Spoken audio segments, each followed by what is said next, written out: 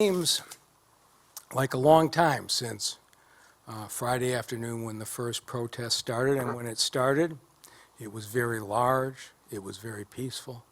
Detroit was making a statement, honoring George Floyd and demanding justice for him, but also asking America to honestly confront the history of systemic racism in our law enforcement system.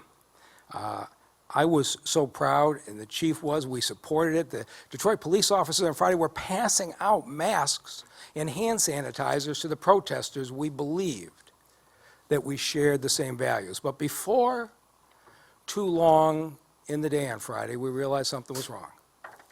We had some small groups do individual attacks on police cars.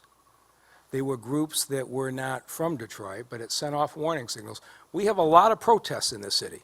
It's a tradition that we honor, and we aren't used to the protesters moving off their main message into violence. But as the evening wore on, it became clear that there was another agenda at work, and people who were not going home, who were staying, and were provoking the police. We were in a risky situation, as we saw later on that evening on television, but the Detroit Police Department did an outstanding job, and we escaped the fate of other cities. But the next morning, when we looked at the numbers, we saw something shocking. 65% of the people that were arrested were not from the city of Detroit. They were the suburbs, they were outstate, and we realized something very different was at work. And as we saw the images of cities burning across the country, people were saying to Chief Craig and me, turn to the National Guard. In 20 other states, cities turned to the National Guard. But in Detroit, we decided to do something else. We decided that before we turn to the National Guard, we're going to turn to each other. And Saturday, as you were here, we turned to Reverend Wendell Anthony. We turned to Reverend Charles Williams. We turned to DJ Darius. We turned to Tommy Mahone. We turned to Ray Winans. We turned to Pastor Moe. We turned to people who had a civil rights record in the city of demanding from the Detroit Police Department that it aspire to an agency that delivers true justice. And they had worked with respect with Chief Craig for 6 years in an honest effort to get there. We didn't know on Saturday afternoon if that was the right strategy, but these community leaders spoke to the people of Detroit and said, do not let this turn into the destruction of our city. And they respectfully asked people from outside the city, don't come here. That Detroiters are responsible for interacting and demanding change to the Detroit Police Department, and they are demanding change, and they are making progress. Do not come to our city, stay on your own. And as we saw on Saturday, the people of Detroit responded to the call from these leaders. The disrespect from people outside the city coming in was extremely disappointing. But by now, we were much more vigilant, and we were learning a lot more about what was going on. And the chief and I are not going to talk in detail yet, but we were very much on top of the fact that embedded in this group of largely outside protesters was a very organized small group of people who were instigating violence. They were giving the commands over the walkie-talkie that orchestrated the confrontation with the police at police headquarters. They were resupplying with cars delivering rocks and fireworks and railroad spikes. We were tracking what they were doing. We knew they were coming, and we were ready for the confrontation at police headquarters. But after that, people spilled across the city, and the Detroit police couldn't be everywhere. And the stories that we heard from that night of instance after instance where Detroiters, regular citizens in this city who love Detroit, stood up and said, you're not throwing that rock through that window. You're not starting that here. This is our city. You're not going to do it. Something happened in Detroit Saturday night where the people of this city said, you're not going to tear us down.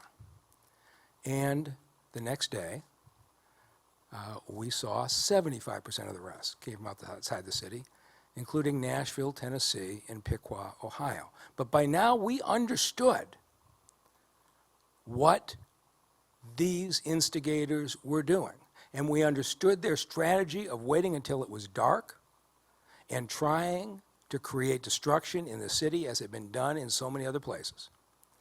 And so we consulted with our leaders and said this: are we going to wait and let them operate under the cover of darkness, or are we going to do something else?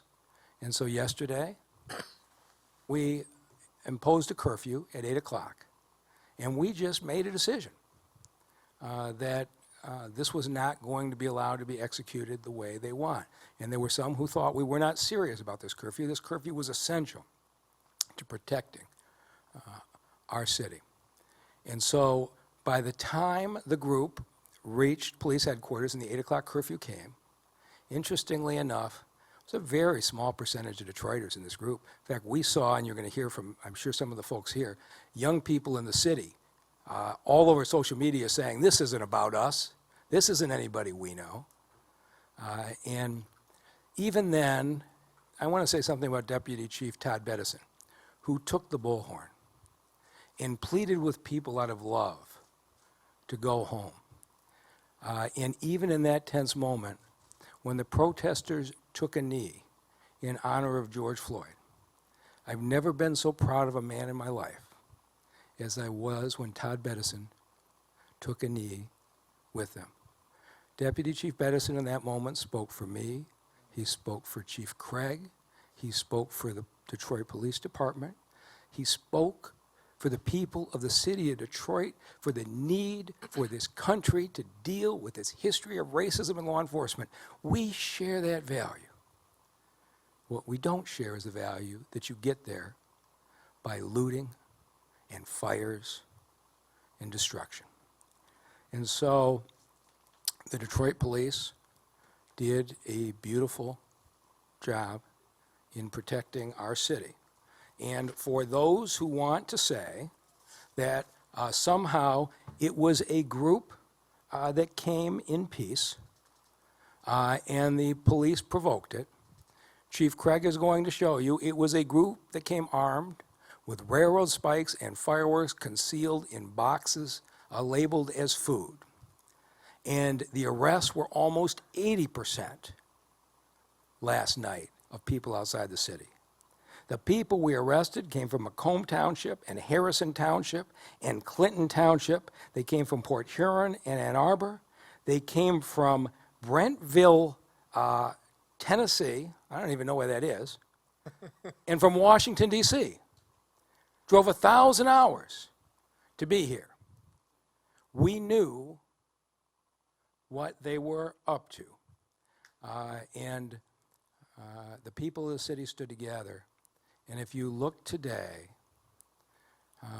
it is heartbreaking to see the cities around us who have suffered from burning and looting and destruction. From Pittsburgh to Cleveland to Columbus to Indianapolis to Chicago to Milwaukee to Grand Rapids to Lansing. We have escaped that fate so far because we have stood together, the people of the city of Detroit and the Detroit Police Department, against folks coming in from the outside. But make no mistake, it's not over. And believe me, our investigation of the group that is instigating this is not over. It is very intense. We understand what's coming. We also understand that if we allow these groups to gather after dark, we will suffer the same fates as other cities. And so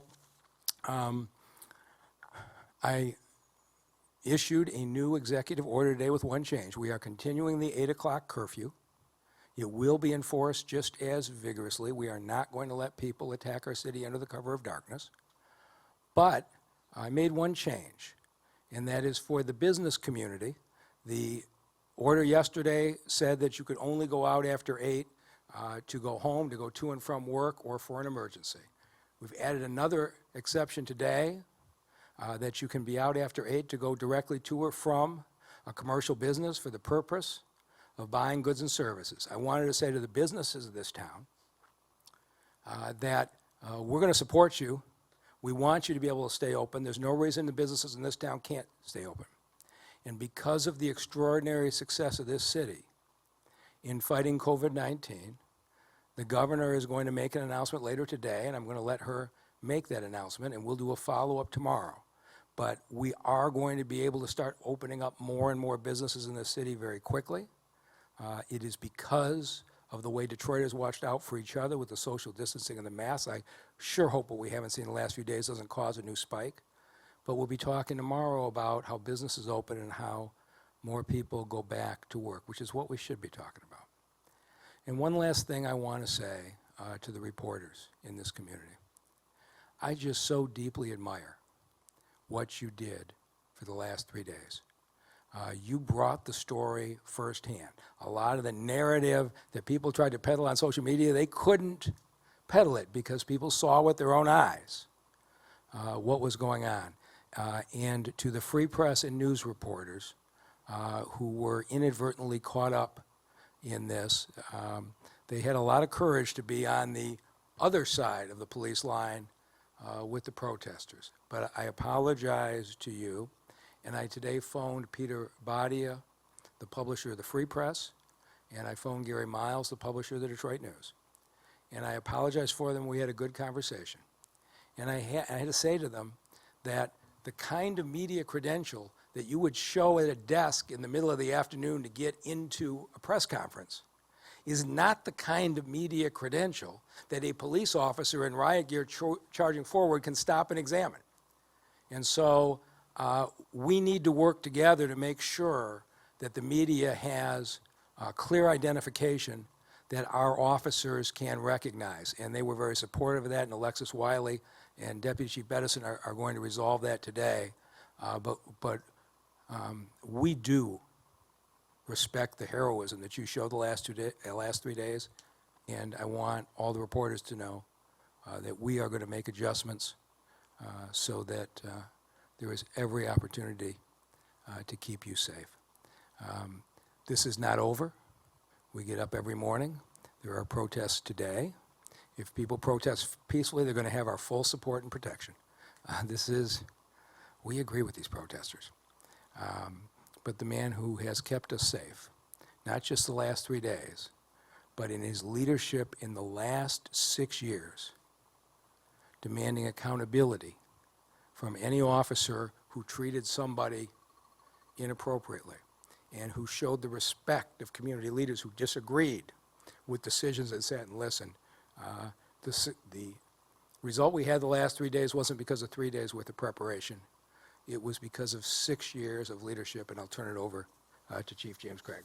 Thank you, Mr. Mayor. And I want to also echo much of what you've already said, but I want to also acknowledge your leadership.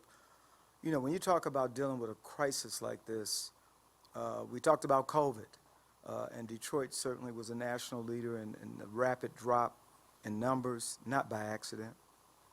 And then we look at this unrest. And as the mayor indicated, you know, we're not putting our feet up. We're not taking that victory lap. But I can't tell you how humbled, as a leader of this organization, how proud I am of the men and women who wear this uniform. I've had the good fortune of working in other cities. Many of you know, and I know you get tired of hearing me say it, I spent 28 years in Los Angeles. And yes, part of that time, I was there during the Rodney King and the subsequent civil unrest.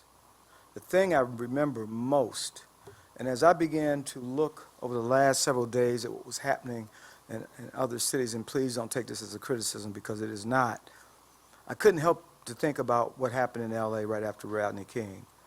When the mayor and the police chief were at odds, and a mob mentality set in to South Central LA, and they took the city over. No LAPD officers. It was a very dark day for me, who then was a sergeant with the LAPD, and many of our colleagues, because LAPD wasn't getting it done. And the community couldn't believe that this department, who had been so effective in addressing violent crime, failed. So it wasn't until maybe 24 hours later, maybe later than that, that the department began to start dealing with the threat. 24 hours based on a lieutenant's decision to retreat and give a neighborhood to the criminals. That has resided with me for so long, and as I began to look at the cities, and Philadelphia comes to mind, and I saw what was happening yesterday, and the business owners, community members watching their businesses being looted, the attacks on police officers, but what was eerily similar, no police officer in sight. 2 blocks away as mayhem was taking place. And so my commitment has always been to make sure we're keeping our city safe. And I applaud these Detroit police officers who stand daily in the face of danger. Whether it was COVID-19, and believe me, that invisible enemy, and yes, I am talking as a survivor, they continue to come to work to fight that good fight. But when you think about what we're dealing with today, and the fact that these men and women come to work ready to make this city safe with barrage of insults, being attacked, not complaining, just wanting to make Detroit safer. And I echo the mayor's sentiments relative to Deputy Chief Bettison. He does so much behind the scenes. But it's not just because of this. When you talk about, and everybody in the organization knows that I like to talk about being proactive. And certainly proactive, in my mind, just simply means this, that we're always ready. And many of you and journalists have asked me the question, how are you going to deal with this situation?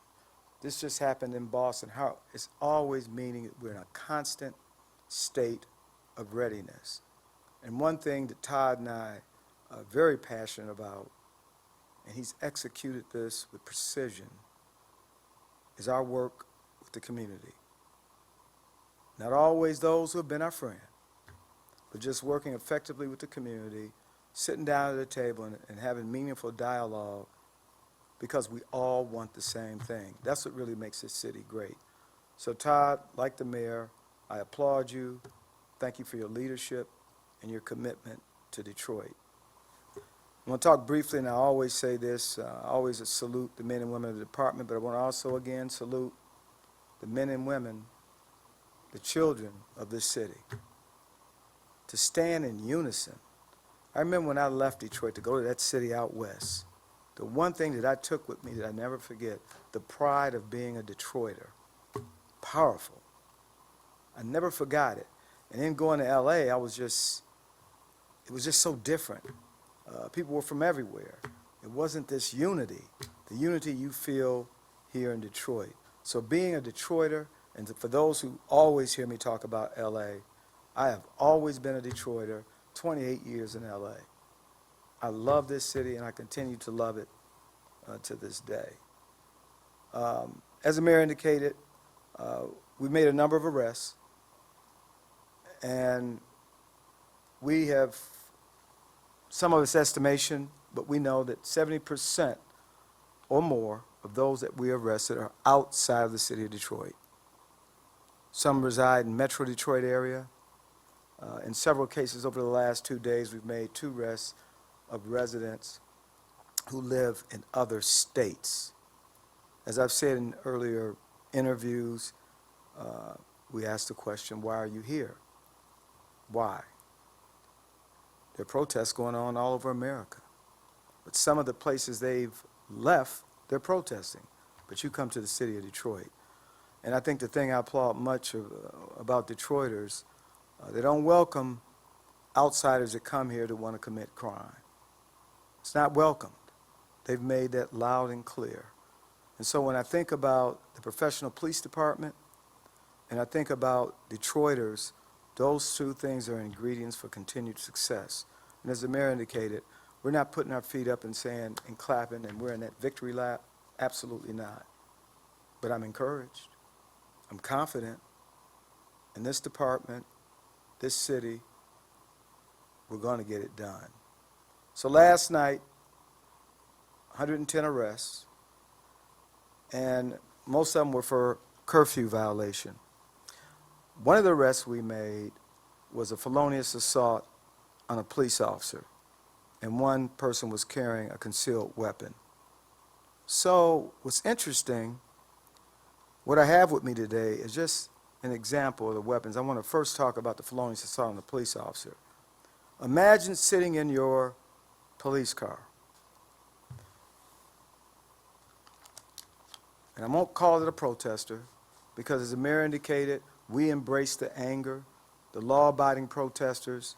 We're talking about a criminal who was embedded. That criminal decided to do one thing: lit a firework and toss it at the car. Now, this has been a common practice in other cities. 2 nights ago in New York City, 2 police officers seated in the car, a Molotov cocktail was tossed in. She was arrested. Suspect in this case, who feloniously assaulted our officer, has been taken into custody. And then, when you talk about our officers who are standing on the line, announcing that there was a curfew, and I'm going to talk a little bit about that because I think it's important to do so.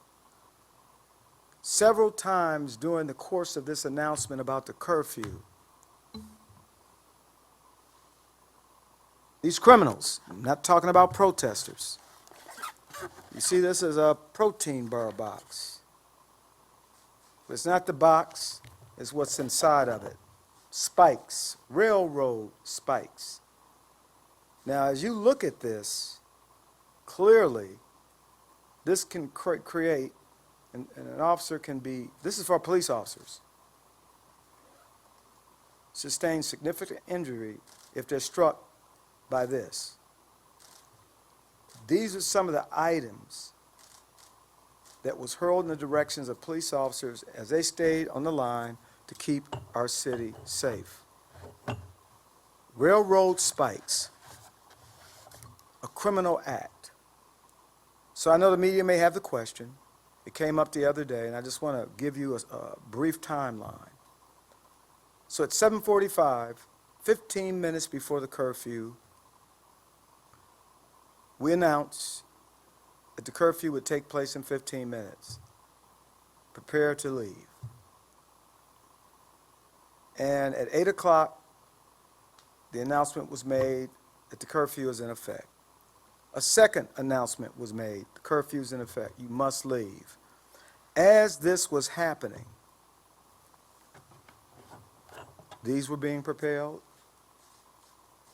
Small bricks or boulders, fireworks.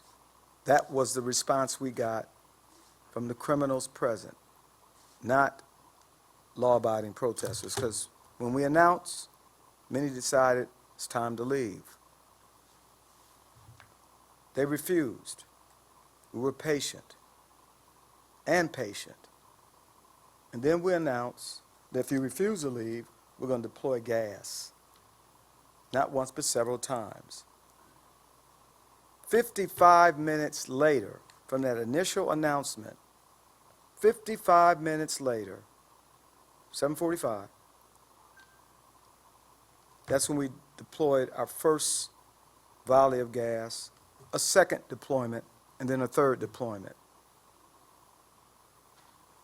With precision, the crowd dispersed.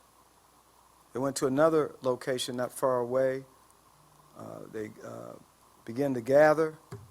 We gave, yet again, that we're going to deploy gas. Several announcements, we deployed gas, and that was a disbursement that really started us on a trajectory that ended last night. So again, hats off to the Detroit Police Department, and again to our community. But I want to close on this. 44 years ago, I joined this police department. Actually, I'm coming up on my 44th anniversary, June 16th, as I remember correctly, 1977. It's amazing. Many of you are sitting there thinking, there's no way you've been doing this for 44 years. But it's true. But the point I really want to make, 10 years, 10 short years after the 1967 civil unrest in Detroit, 10 years, I didn't want anything to do with being a police officer. I mean, I had a great mentor, my dad, Army veteran, Detroit Police Reserve, but I remember the stories he told me about discrimination and how the police department then didn't treat African Americans very well and didn't represent the community. So that's when something special happened, a calling. I wanted to be a police officer. And even when I met some discrimination early on and thought about changing my mind, he encouraged me to do one thing: stay and be part of change. And I did that, now 44 years later. So I only say it because I know there's so many out there, even there's been some of the protesters who've expressed an interest in becoming Detroit police officers. I say to you, when we look across America, and we can praise the great work that's going on of our police department here in Detroit, but we know that there are places where law enforcement does it differently. I'm suggesting you, those who are viewing, your grandchildren, your children, you, join the DPD and be part of change. Thank you, and with that, I'm going to turn it over to my friend, who's on the front lines every night, Pastor Mo. Appreciate that. Definitely have been a friend and a mentor. Watching you and your work. I was 7 years old, Chief, when you started out in '77. Wow, you're making me feel old. But look at what happened. We're here today. I want to just commend you first, Chief. That I'm proud of you, brother. I am. I'm proud of an African American man in leadership who honors his assignment.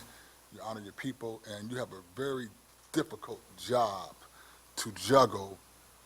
And I'm watching you care for these kids out here and these people protest. You're caring for them. You're trying to feel them. You're trying to get with them and assist them to be heard, express themselves, but at the same time trying to protect them from themselves and the city and the assets. That is a very difficult job. Very difficult job. And the whole time being criticized about it, but standing strong and being calm and trying not to hurt anybody, but trying to keep everything calm. And I appreciate the work that you're doing, and God is blessing you in that area of leadership. I want to thank the mayor as well. Mayor, you have been what the mayor should do to one, hire the right person and let him do his job, and you've been empowering Chief. You've been standing behind your police department. You've been getting with the protesters. You've been supporting them as well, and you've been doing all the high official things that is necessary to get things in order and to keep this overall city protected. Because you've got to deal with different facets of responsibility. And I know you tired, and Chief Craig coming out beating COVID. We just got done fighting COVID as a city, and now we fighting fighting the epidemic in the pandemic, right? Fighting the epidemic in the middle of a pandemic. This is something that the world has never seen. So I want to thank you guys for that. But I also want to give some honor today to a couple more people, and just bear with me, y'all. I got to say to my brother. I say my brother, Commander Todd Bettison, is the best deputy chief community leader in the world, hands down. Hands down. I know I deal with him every day. I watch him care about people. I watched this man go in his personal pocket and said, Mo, that family over there don't have a house, the mother died, kids over there with nowhere to go in his pocket and say, give these kids somewhere to go, help these kids get somewhere to go. I hope he don't mind me telling that. but I watched him do that several occasions, just getting in and helping and saying, this is from DPD and this is from me, and never ask anybody anything. That's just real. That's real, and you've been a brother to me, and you've been really, really taking care of your job in the city. Thank you, brother. I appreciate you and I honor. And Neil, that's great, man. That's once again your kind of work. And I want to say to the my brother activists, man, I stand with you. I just salute y'all. 'Cause I know sometimes they got me on the camera, and that's okay, but I want to make the story straight today. It's not just Pastor Mo. I'm there with so many other of my brothers, activists. I remember the first night I looked at Quincy, who's the leader of Ceasefire, and looked at me and I said, brother, we know one thing now. We got to get more unified. He said, you're right, Mo. We got to get together.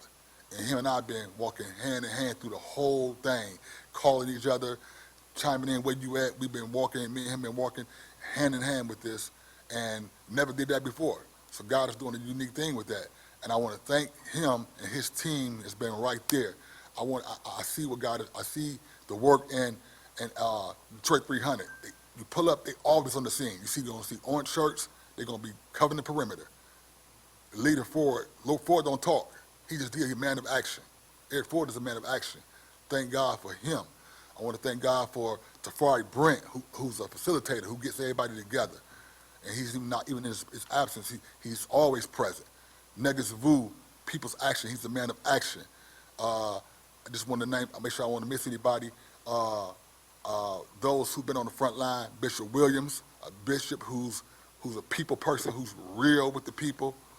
And what can I say about Ray Winans? There's nobody in the country who touch this man or what he do. Dealing with wayward youth, getting their mind back right into a place of peace in their life. He cares about people's life, youth life, and they listen to him.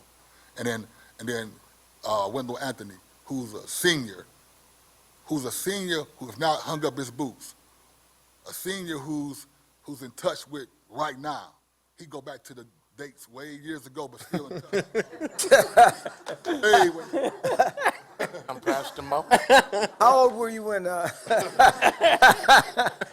mean, I was a kid. I heard about Wendell Anthony, you know. I just want, I want to honor. A lot of times we don't honor our those who were before us. We'd be like, well, we're going to do it better, bigger, better. No, we have to honor those who went before us, because I'm pretty sure some things they went through that we didn't go through. And I'm supposed to be more on the front line than him. His job should be to open up some doors and to let us come in, boots on the ground. He got to be an overseer, and he's doing those jobs. And so I want to make sure Dr. Darius shut his whole radio station down, quit playing songs, and ask some real questions. He says, how can we be a change agent?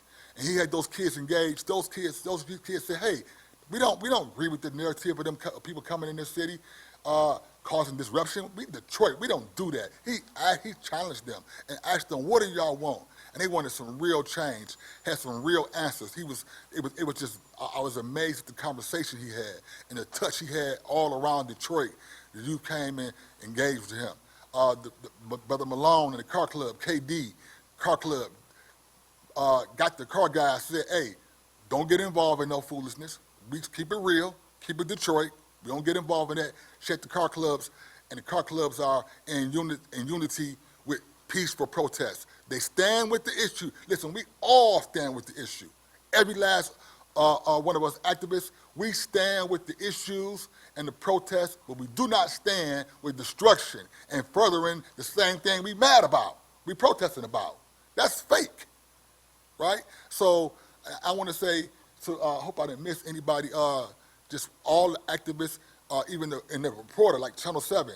The one guy, me and him sat out there hand in hand as it was going down. Pastor Mo, hold on, I got you. I said, I got you. We standing there just on the front line, brother, not know what's going to happen. But we was there. And Brother Jacob Moore was with me yesterday. Just all these guys. And I got pastors now calling me, Pastor Mo, how can I get involved? So now I want to call out to a clergy. And we're going to get involved and see what can we do. Got a call this day for somebody to say coalition. I've been getting calls from everybody, even senators and stuff. But they excited about what's taking place, and we're not done. We're not bragging, but we are working, and the work is real, and it's reaching around the world. It's reaching definitely people around the state. They feel us because they see unity. So I want to continue to touch on that unity, and I want to make one last appeal to the protester and the leader, Brother Christian. Let me tell you something. How funny how God works. I want to also acknowledge, I think God got his hand on us. God has his hand on this city. It ain't just us. God is maneuvering. He's using all of us as intricate parts to keep our city safe, and all the people behind the scenes you don't see. It's so much work being done. It ain't just the one. It's so much work being done. But God has his hand. The leader, I want to tell you, I want to challenge you. If you're really about leading and about pressing social change, 'cause I heard you talk, and I don't have a whole lot of issues with some of the things that you're mad about, because some of them are true, but you just didn't tell us the true narrative. Things you were saying, brother, you need to get more exposed to the real fights and get educated. You need to come in. I want to meet with you. Let's meet. I want to see if you really want to talk about getting change. Come and meet and talk, and let's see what you really want, because things that you said, you threw some things out there. You watched the press release, and you threw things out there about Chief Craig and the mayor that just was not true. You just spent the narrative. Then one thing I didn't like about you, tell you about what went that, you let your people get in harm's way, and you left and went another way. And me and Quincy asked you, you gonna just lead your people like this? I can't control them. Well, then how are you a leader then? You can call them together, but you can't ask them to leave peacefully. You're not a leader then. They don't get you in trouble, brother. So what happened was, last night on my live, guess what happened? His grandmother came on my live last night. Your grandmother came on my live, and me and her had an engagement on my live, on my talk show last night, and I told her the things I was disappointed about you, things I liked about you. I didn't even dog you, brother. So I know your heart, I know you're passionate, and you mean, and you hurt, and you want to see change, but I didn't dog you. But me and her talked about some real things about what you were doing, and she honestly said, Pastor Mo, that was very, very wise, and it's very, very fair, and I appreciate, and I'm going to try to talk to him and reach him and let him know the things you're saying. Your grandmother, talk to your grandmother, and embrace the things that she's going to tell you, because you need wisdom, brother. May God keep us all, and may all of us be blessed. Thank you, Pastor Mo. That was 100. Right, I'm sorry. Let me No, get to no, no, no, no, no, no. I'm saying, I mean, like, that was dead on, man. I mean, like, that was real. So, again, most definitely, Ray Wine is. Yesterday, I have to say, I spoke with my mother, and her earliest childhood memory to trauma was the '67 riots. I'm 41 years old. I never knew that until yesterday, sitting on the edge of her bed. And she talked about how afraid she was. And she didn't know which angle I was coming from, but I'm her child, so she know her child. And I say, Ma, I'm always on the side of righteous, not destruction. To be from Detroit, it come with pride. Right? Somebody said that earlier. You gotta be pride. You gotta have pride to be a Detroiter. I use my influence and my relationships for my people in the neighborhood. As a black man, I got a moral and a spiritual responsibility to my community. And the thing that I refuse to do is sit on the sideline and watch some people infiltrate our city and then put boys and girls of color on the forefront of it. Those things Chief Craig just said, yesterday I seen it on the news, but I didn't realize how big they were. You can literally kill somebody with that. And if we're going to be real about this thing, let's just be all the way real. DPD, a lot of officers got PTSD. A lot of my people in the neighborhood got PTSD. I've battled with PTSD. If I'm in an environment and somebody throw a M80 in a crowd of some of me and my peers, some of us is not going to take off and run. Some going to reach on their hip because that's that natural instinct to PTSD. It's a trigger. And so for folks to come and say, man, I got a issue with the police, that's cool. Because when I met Chief Craig and Deputy Chief Bettison 6-7 years ago, I had an issue with the police. I was taught and trained not to like the police. But as I established a relationship, I've come to embrace and love because I see beyond the uniform. I see human beings. Humans are not perfect. I'm not perfect. None of us up here are perfect. But we are messengers. It is not, and I repeat, it is not our Detroiters that's coming downtown and antagonizing, disrespecting, and trying to destroy our communities in our city. I, like Pastor Mo, I thank God, brothers in Ceasefire, Mr. Bennett, and everybody else. But for me to participate and see white folks with swastika sticks and to mix all this stuff, I'm like, bro, this ain't us.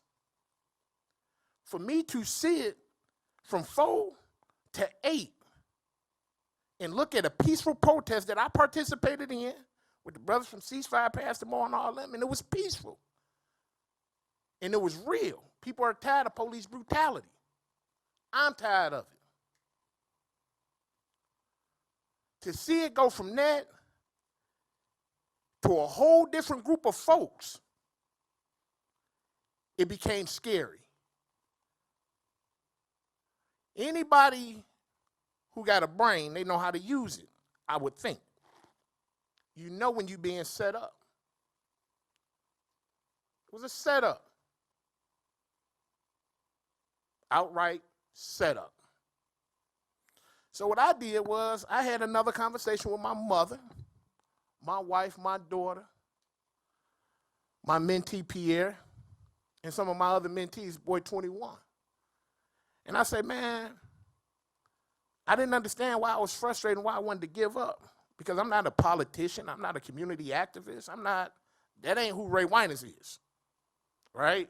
Like, that's not me. I'm a leader. And I have influence. So I made an intentional decision after speaking with my mother and the people that mean the most to me. And I said, I got to be a part of this change. So I'm going to use my influence to reach my constituents, to encourage them to become DPD. Because there's 300 officers, slots that need to be filled right now, right? Right. And so when I thought about it, and here's the thing that made me make this decision, and this is just being honest. As a black man, everything that I produce or help procreate is going to be black. My grandson, 9 years old.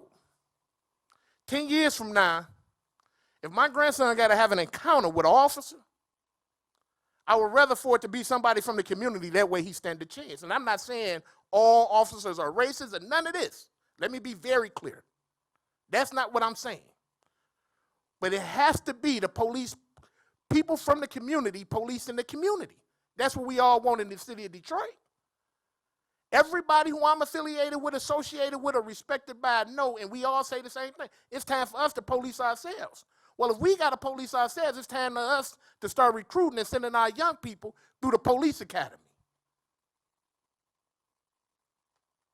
That's the only way this thing gonna change, man. We gonna be here. We're not going nowhere. We have to make sure that we do what's right, not what feel good. It's time to build. We don't like the systems. It's not time to destroy the systems. It's time to build a new system. It has to be built by us. But Detroit, we can't build while we allow other people to destroy. That ain't real.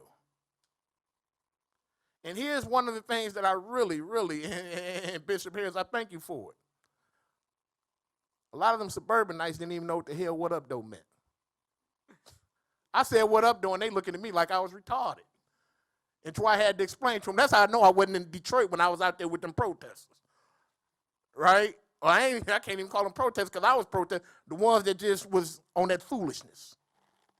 That was trying to set our black and brown kids up. My organization is called Keeping Them Alive. I partner with a whole lot of organizations. But keeping them alive means just that. Black boys are assets and need to be treated as such. Black women are assets and need to be treated as such. So it becomes our job to be the gatekeeper. When you're the gatekeeper, you don't just let anybody in your yard. You got to hold that fort. So again, Mr. Mayor, I appreciate you because we've had a lot of conversations. And a lot of them have been uncomfortable. But one thing about it is it comes with a level of accountability on both our ends. And I appreciate and respect that. And I told my guys in the hood after I got to talking to them, man, we can never sell out. Now, me and mine, we don't even know what that means. We can never sell out, but we're going to cash in. Because we give a damn about our neighborhoods. And we care about our city. And we care about this narrative. And so it's going to be a separation from the ones that can and the ones that sit on the sideline who want to but can't. But we here and we ain't going nowhere. And that's what we standing on.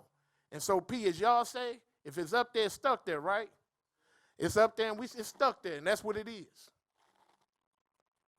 And so with that being said, Reverend Wendell Anthony, I appreciate your youthfulness and your wise counsel. That's your And so thank you.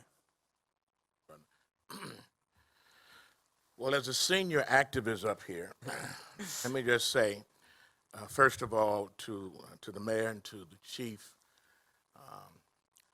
we thank you for your leadership. And what you're seeing is community policing. This is a definition of community policing. This is what Obama talked about in the report, 21st Century Task Force on Community Policing, bringing the community together with law enforcement.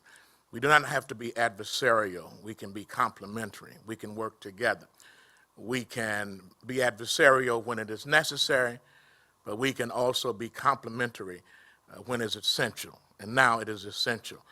I too want to salute the brothers and sisters who were in the streets, who were trying to quell and to keep the tension down and to keep it real, to keep the main thing. And that was on the Focus for Justice. A lot of them, we don't know their names.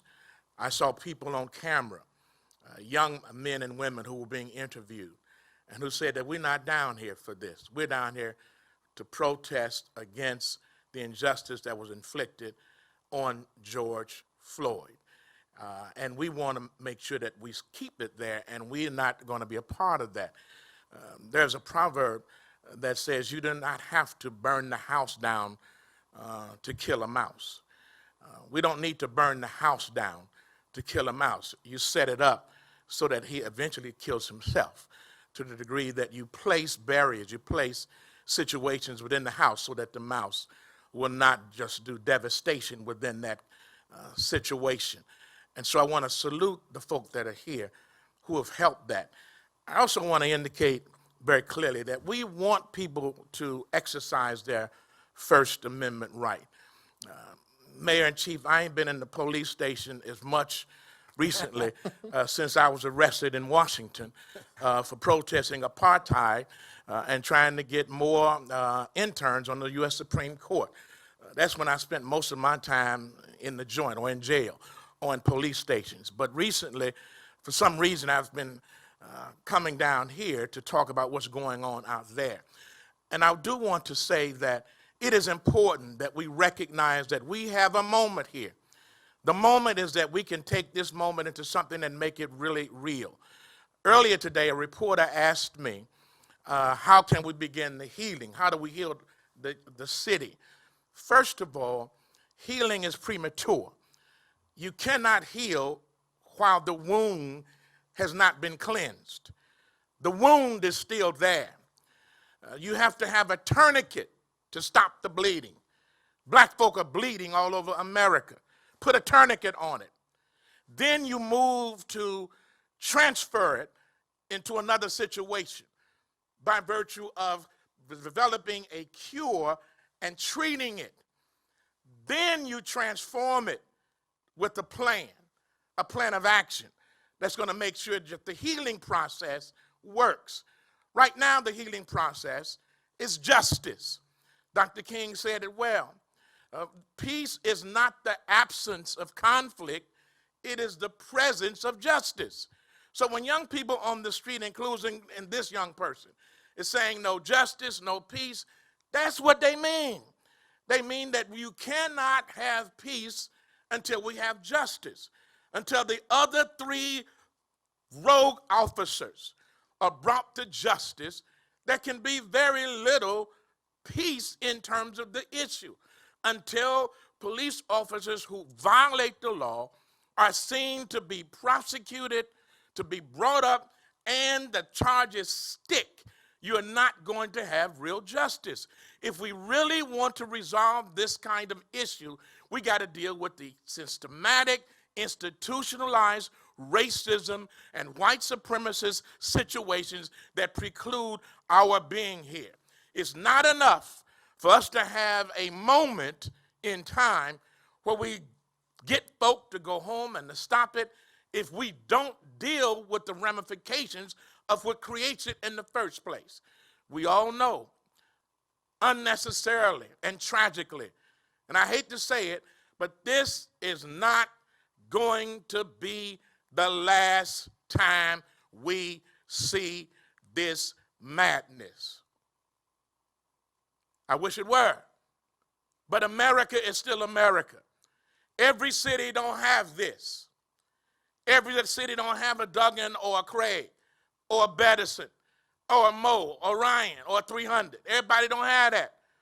And so you're going to have that until we can come together, until business people recognize there's some things that we got to do in the business and in the corporate boardrooms to bring about equity and diversity and opportunity, until we recognize that when we go home in our communities in Grosse Pointe and in Dearborn and in Rochester and in Troy and in Novi and Livonia and in Royal Oak, that there's a better way to bring justice, until we take our energy, young people, and take our souls to the polls and elect people that have your interests at heart.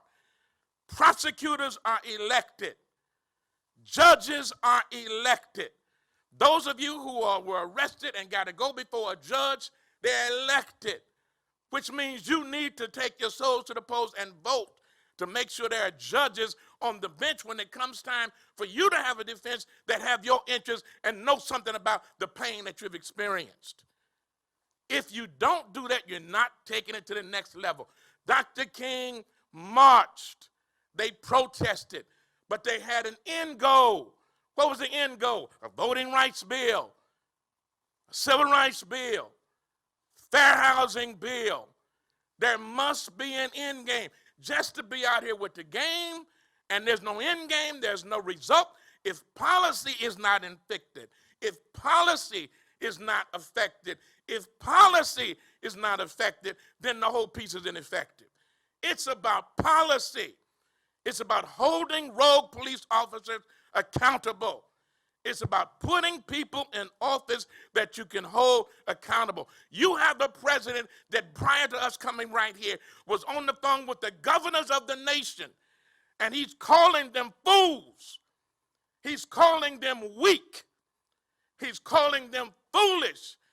He's saying that you should be hardcore on the protesters in your community, that you should come down on them, that they should get 10 years for being out there acting up. That's what the president of the United States has told the governors of the states, that this is what we should do.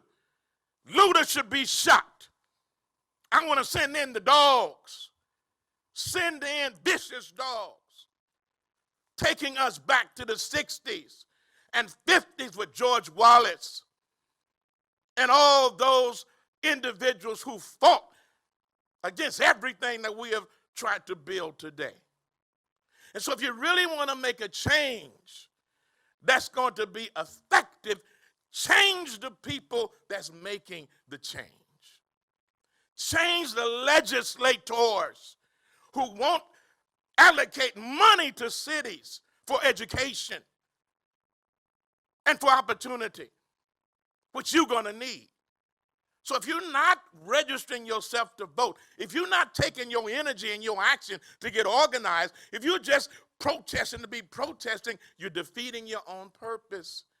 Take it to the next level. I love the fact that we got young people who are white, who are black, who are brown, who are yellow, who are Arab, who are Muslim, who are Hispanic, who are Asian, who are on the streets. Take it to the suites. That's what our action is. And so if we're going to make a change, let's make some real change. We have a magic moment. Let's take this energy and let's make a difference. And don't forget, we're still in a pandemic. COVID-19 is still on the scene, y'all. Take care of yourself. Stay safe. Stay on it. But even more than that, stay with it in terms of the long haul. Dr. King said, we are not what we ought to be until our young people are what they should be. That's why we're here, to help them to be what they should be. Mr. Mayor. So in Detroit, before we turn to the National Guard, we turn to each other. And you can see why so far we've been successful. We're going to have to be vigilant tonight and the next day and the next day. In Detroit, 300 is here. I don't know how many hours they've been out. It's been remarkable, and so many other people. But we're going to keep trying to fight back at this with love and support for our city, and we will bond together against people from the outside who try to do us damage. With that, we'll take questions.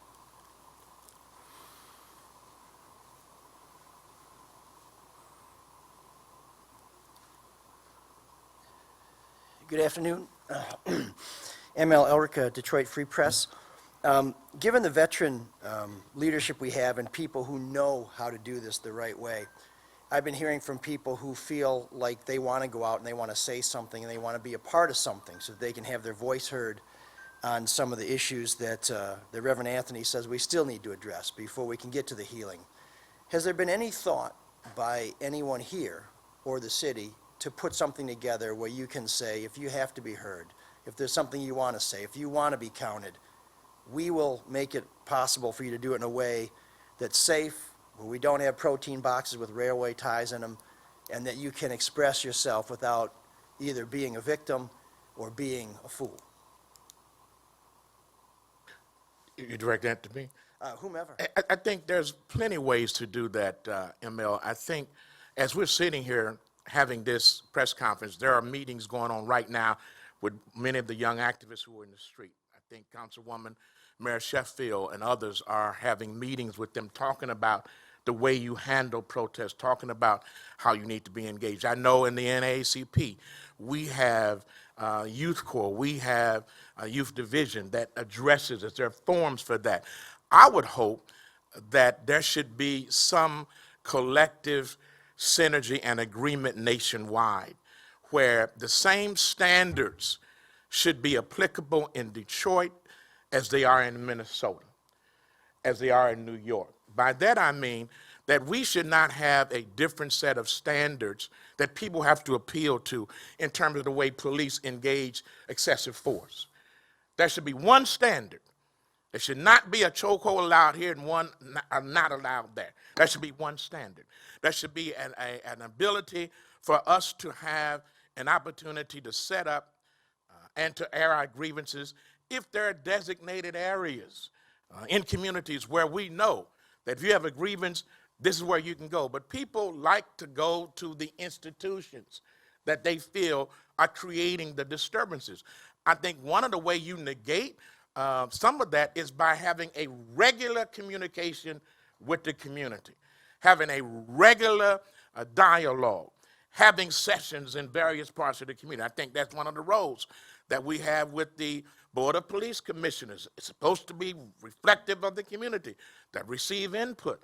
So I think there are a number of ways. I think many businesses and corporations have these advisory committees, but are they doing any advising? And if they are they listening? I would hope that, and I know some people are because they've been calling me. And I'm simply saying, now is your opportunity to implement some things in your own company that we've been saying for years. This is not rocket science. There's already a blueprint as to how to prevent this stuff and how to take stuff away. Read the president's 21st century report on police community relations and 21st century community policing. Read it. Most police officers ain't even read that. Most leaders of the various departments ain't read it. Read the Kerner report. They didn't just write it for the hell of writing something. Read it. It should be essential. Certain parts of it should be mandatory. That police officers have to read it, digest it, and test them on it. So they'll know that this is a part of what is expected. There should be a no tolerance level. And I think Chief Craig has indicated that by what he's been saying, that certain things are intolerable. If you do this, you're fired. We are not going to hold you. We are not going to protect you. And the union got to step up because the unions have been protecting road cops. When they know they're wrong, they still protect them. You want black people and other folk in the community to not be snitches while you don't snitch on the people in your own ranks who should be called out, who should be talked about. How can you have folk to come and communicate and be honest with you when you're not honest with the people? That's why I'm so glad that the chief did not hesitate when he saw that knee causing the death, a murder in Minnesota. He called it out. The mayor called it out. That's what's important. That's what's going to build trust. That's what's going to create a different kind of dynamic between law enforcement and the leadership and the people who are in the community. If you don't do that, you ain't talking about nothing. And thank you for that. But also, keep this in mind. And again, everybody in our community, everybody in the city of Detroit, everybody is fighting different fights, right? And everybody fight different. So I'm going to make it personal for me and the people that I represent in the neighborhoods.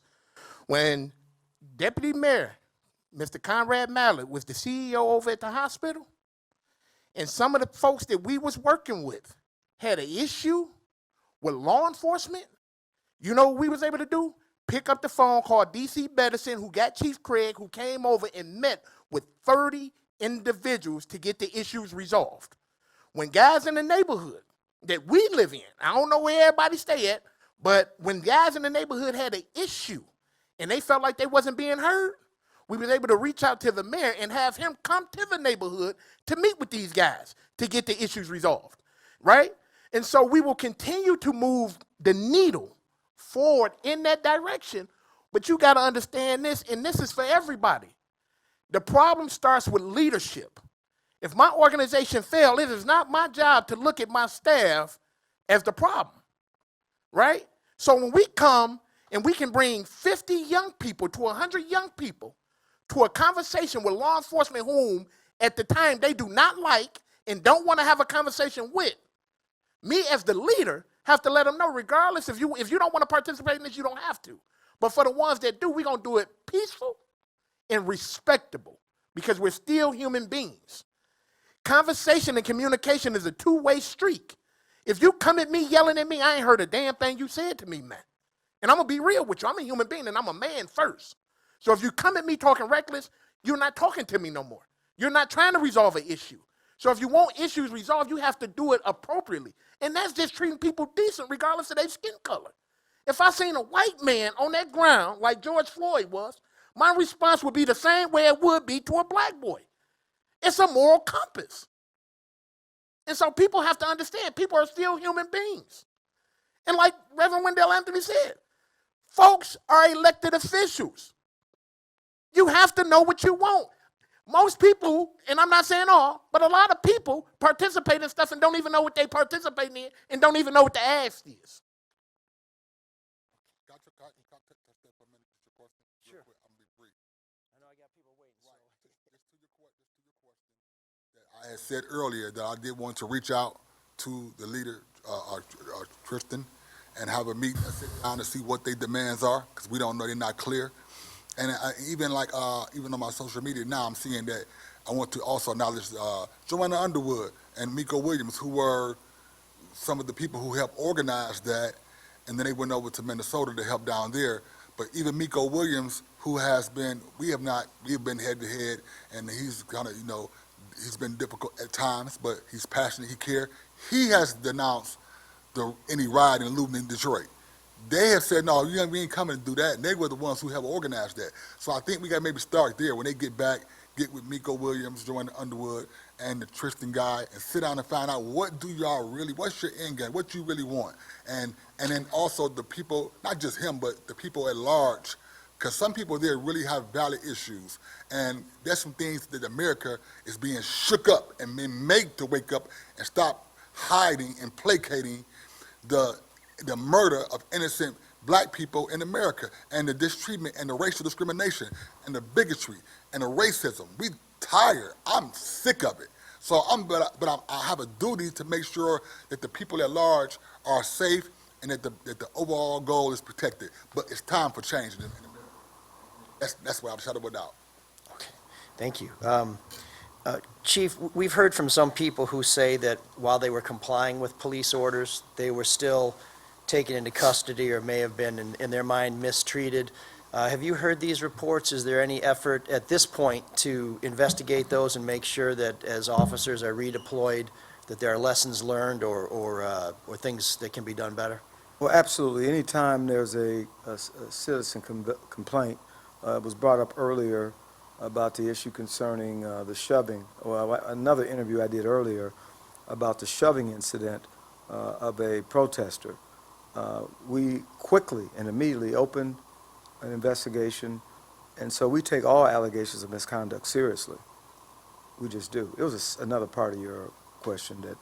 Oh, just if those things are being investigated right now, and are you aware, do you have any sense of how many people have either expressed that they were mishandled or This was the or have one that comes to complained? mind because it was over Twitter. And I was copied on it, and we quickly, as soon as I became aware of it, I notified my professional standards, and we put a response out that we were opening it. So we're not taking it lightly. And so I know that in terms of what you said initially, I gave a timeline, 55 minutes. There was ample time for people to leave the venue, and we, exercise extreme patience, which we've done throughout these 3 days. So it's not like, we say, okay, curfew, and move in. That's certainly not the case. And keep in mind, throughout the announcements of the curfew, as well as the threat to deploy gas, officers were being attacked with these sizable weapons, as one of your colleagues referred to it as. Okay, and just briefly, do you know how many people have complained that they felt that they were doing what they were told to do, but were not treated properly? I'm aware of the one. There may be others that I'm unaware of. Certainly, the mayor touched on, I think it's appropriate for me to echo the mayor's sentiment to you and your colleagues. Certainly no intention. I'm always concerned when, as it was articulated, it was one reporter that felt the demeanor was not appropriate. And so we do expect our officers, despite what pressures they might be on, stand on the front line where they're taking rocks, boulders, bottles, metal pieces, to still conduct themselves in a professional way. And I've seen much of that. I mean, there's story after story where officers have been face-to-face with individuals who have tried to taunt. They were spit upon, all kind. I go down a whole list, and just to watch the demeanor in taking that. And again, I want to say those who were aggressive in that way were not our protesters. They were really individuals, the outsiders, who are really working hard to taunt our officers. Okay, thank you very much.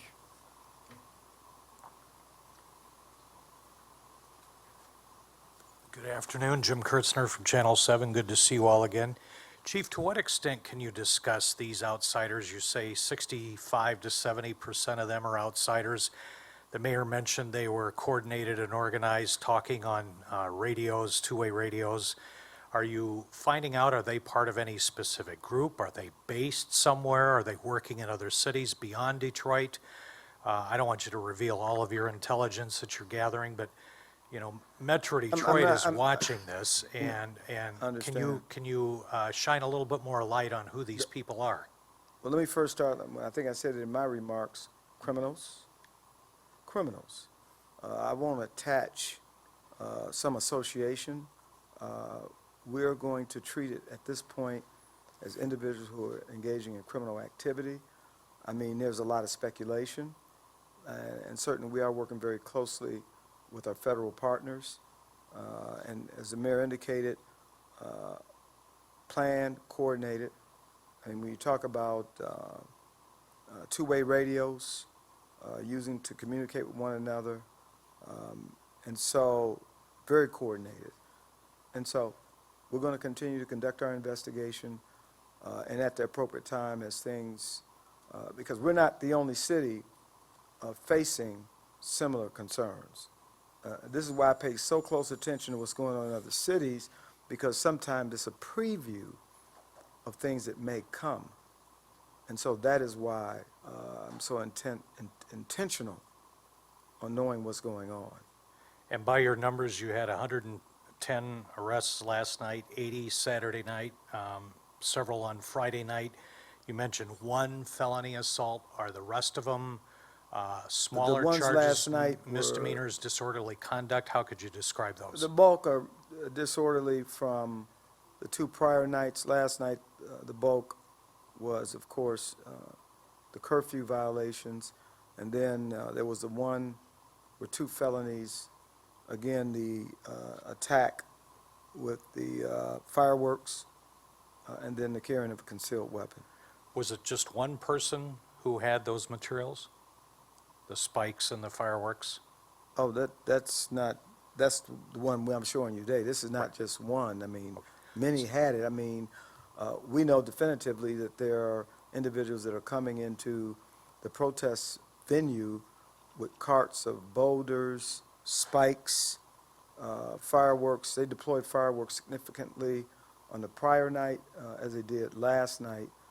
And so a number have had possession of these tools. If Are you will. able to attach a number, how many of those individuals have been arrested and the charges they face, since they appear to be the most serious? No, because if you can imagine that type of group, many of the perpetrators of these kind of criminal acts are hidden, and it's not always easy to go in with a group of officers. We've seen what's happened in other cities.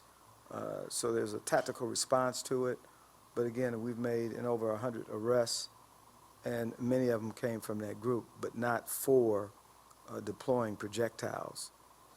Not in this case. So I guess maybe I'm not clear on my question. How many have you attached to this? They were in possession. I can't and did not say that we arrested one person Okay. who used this as a projectile. They had possession of it, but we know that they were thrown several times throughout the waiting period before we deployed gas. And just to follow up too, apparently it wasn't me, but some of the people who were arrested on the first day or second day had said to reporters they were going to be arrested, but then released without any charges. Is that being considered, or has that happened? Now, I've had conversations with the Wayne County prosecutor. When you're arrested, you'll be charged. We're not writing tickets and releasing. That did happen the first night, not the entire night, but we are making arrests. Okay. And you touched on briefly with ML, how many officers are involved in that shoving incident that's on video? Is it 1, 2, or 3 officers, are you able to say? I can tell you that the one we have identified was the primary officer in the video. There was a second officer that we're in the process of identifying. I think we have identified, if my memory serves me, and maybe a third. So it's a total of 3 officers. And what's their status today? they've been removed from this detail until we conduct our investigation.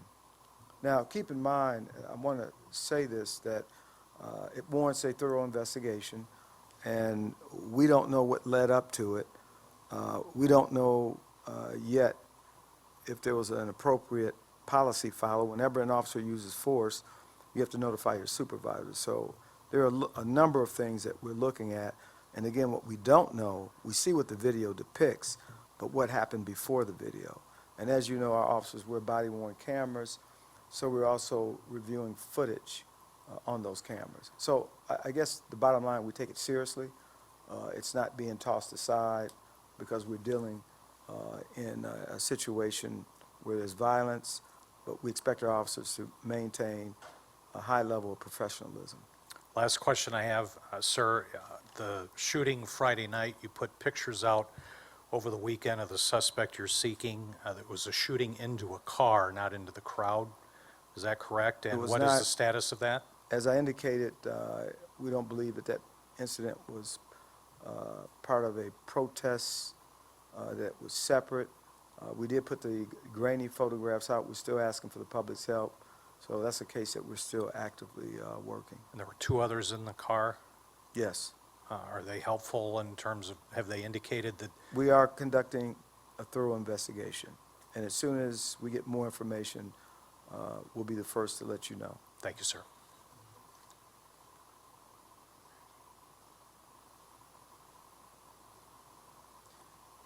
Hello, good afternoon. Eli Newman, WDET, Public Radio in Detroit.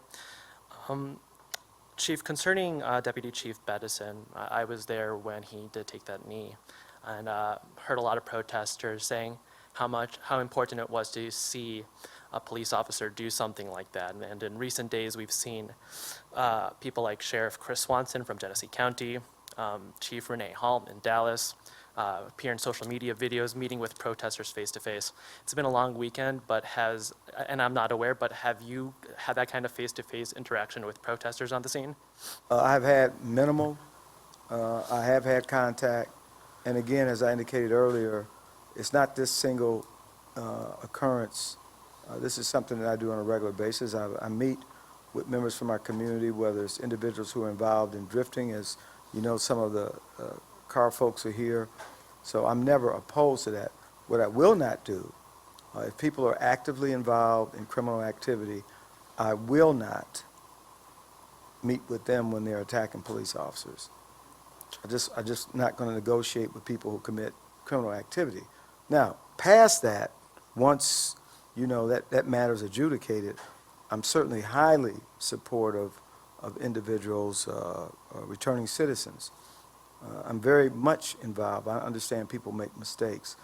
So I've always been one to go out in the community and interface. I think Pastor Mo tells his story. That's something that I've always done. And concerning the use of tear gas yesterday,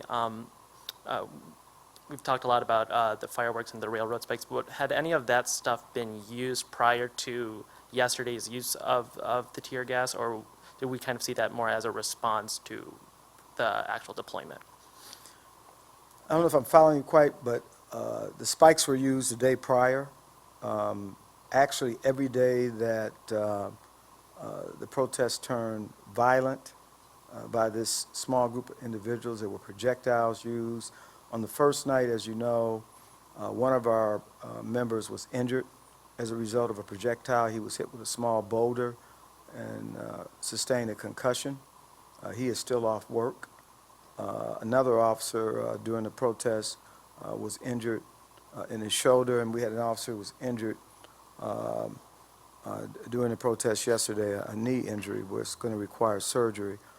So every day, as it's been already indicated in the later hours, the protests did turn violent. And I'm not talking about the majority of the protesters who were peaceful, and in fact, many, when they could see that it was changing, made a personal decision to leave.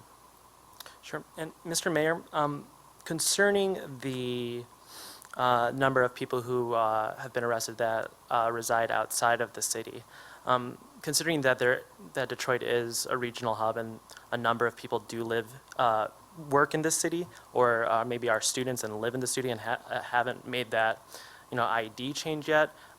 Why is it important to draw that distinction that that kind of demonstrations from those people aren't necessarily as welcome as the people who do will born and raised here? share it with all of my colleagues here. I was out there, okay? You have people who didn't know what street they were on, didn't know where police headquarters was. I don't know if it was a Ray who asked, you the one said, "What's up, Joe?" They know what you're talking about. I was like, what up, though? And so, lots of things on internet. I live in Wyandotte. I'll pay $10 if you'll pick me up for gas money. I'm up in Sterling Heights. Anybody going down to Detroit? We know what was going on there. We were out there. And the people who were instigating the violence were concealing themselves among, I think, protesters of goodwill.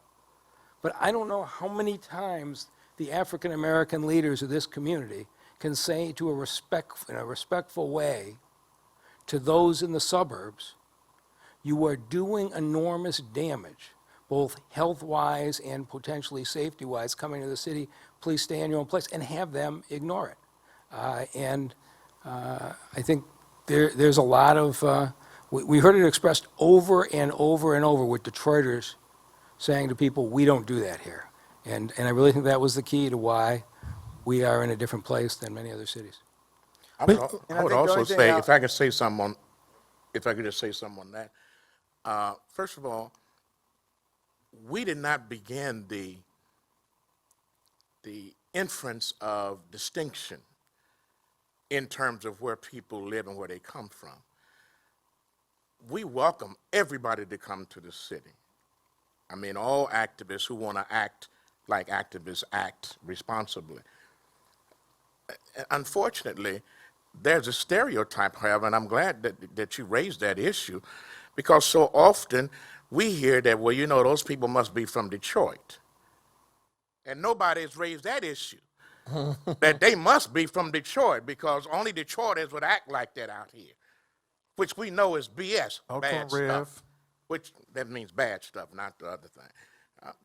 So we hear that, but I never hear anybody raising that issue. And so often, Detroit is misidentified when there are killings and criminal activity in suburban communities. They don't call the name of the community, they say Detroit, which has led to the bad name historically and representatively that Detroit has gotten over the years. So it ain't Detroit's the one that's created that mess. It's folk who are not within the interests of Detroit as it created. However, Detroit has always welcomed folk to the city. But it's like my mama would always tell me, boy, when you leave the house, act like you got some home training. So when you leave your suburban communities, act like you got some home training. Don't come here and destroy, come here and help build. Come here and have a good time. Come here and enjoy the benefits of the labor of the city. And we welcome everybody, but by the same token, the distinction has to be made, because the folk who live here ain't trying to tear the city up. Matter of fact, I'm glad that some of you, the news media here, a few of y'all probably live in Detroit, and so you have a stake in this. When you get through from working behind the camera and writing up your report, you want to go downtown in the neighborhood to a restaurant. You want to take your children around. You want to enjoy the benefit of the city, so you have a stake in this too. So the bottom line is, we welcome everybody to come, but the distinction has to be made. And it's not just Detroit. When the chief showed those tie rods and those fireworks, that's in Chicago. That's in Atlanta. That's in Utah. That's in California. It's not just Detroit. And why are people we never brought nothing like that, because that was not our mission. That's not the mission of Ryan and Pastor Mo. We ain't bringing no damn tie rods up into the city. For what? We are bringing our hearts, our minds, our souls, and our spirit, and our conviction that things have got to change, because that stuff takes away from what we're trying to do. So it's not just the city of Detroit, It's all these cities, and there is a pattern and practice which lawyers and courts and judges would tell you. You look at the pattern and the practice of individuals, and that dictates what they've been doing and what they will be doing. The pattern and practice of folk who have no good intentions is just what the chief pointed out and what we're pointing out. Folk that live here do better here. And just lastly, I'm wondering if we do have any sort of update about COVID-19 in the city. We do. The numbers are way down.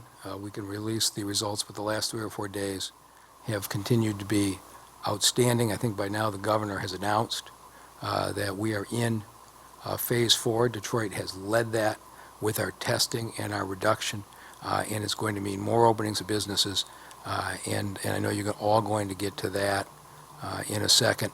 And we're just going to see whether how much of a spike we get as a result of the behaviors of the last 3 nights. But I look once outside of the crowds, I still see people socially distancing around the city and being very careful. Thank you.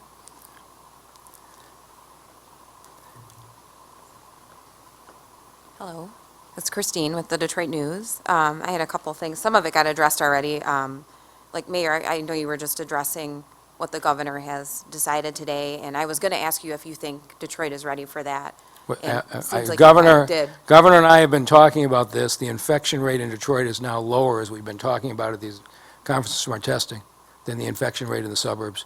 I'm very anxious to get our restaurants open with outdoor seating as quickly as possible. I was glad to get a lot of our other businesses open, and I'm hoping in the very near future, we're talking about reopening the barber shops and the hair and nail salons, and I'm talking to the governor about a safe way to do that. We need to get our folks back to work because Detroiters have earned this with the way they have been very disciplined in socially distancing.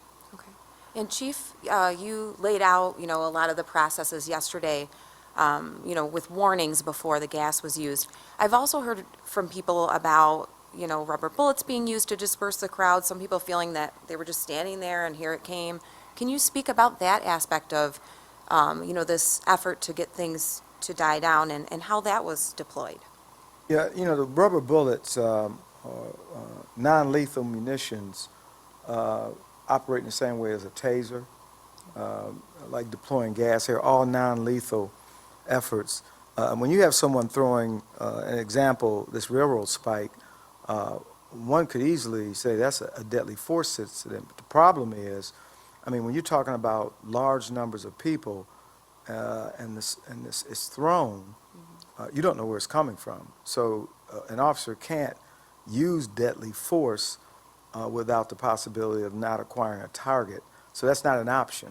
A better option certainly is to use those non-lethal to disperse the crowd so that the attacks can stop. It's not just one person throwing it, it's a number of people.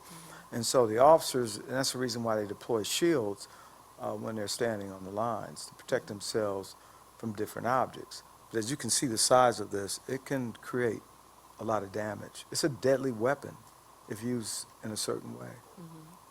And can either of you detail a little bit more what's being done between the department and outlets like mine to, have media properly identified so we don't have issues of, some of the things that we've seen unfold? Alexis Wiley is leading that effort with the publishers of the Free Press and the News and Deputy Chief Bettison right now. And Alexis, when are we going to have a solution? We have it now, we just don't want to put it on Right. TV. Right. But It has to be in your inbox. it is important that these very sophisticated people not know the solution, because the last thing we need is them replicating the ID. So we had to work something out with the publishers that would allow the police to readily identify you, and we will rotate colors and things on a daily basis so that the people who are clearly engaging in deception are not able to disguise themselves. And so, but we're working it out in a reasonable way. Okay. And my only other thing was clarity. You were talking about the shoving incident and how officers weren't currently involved now that that's happened. Who did that involve? Was that involving reporters or peaceful protesters or? I don't know the answer to that. Oh. The only thing that the video depicted was, it appears a protester. It wasn't a reporter. It wasn't, no, it So wasn't a reporter. I just wanted to be clear on who was involved. Oh, no, no, it Okay. wasn't a It's reporter. on social media. You won't have any trouble finding it. Okay, Yeah. all right, thank you. And one last thing before we break, and it should reflect why we so support the Detroit Police Department. We did just lose, in the last 24 hours, Officer Waldis Johnson, who you may remember 3 years ago, responding to a domestic violence situation on Joy Road, was ambushed with a gunshot, shot in the head. The chief and I were there with the family. That night, he's been in a coma for 3 years, and he finally just passed. And our thoughts are with him. And this is what these officers do. They put their lives on the line for us every day. And I want us to acknowledge the ultimate contribution of Officer Johnson. And with that, thank you all very much.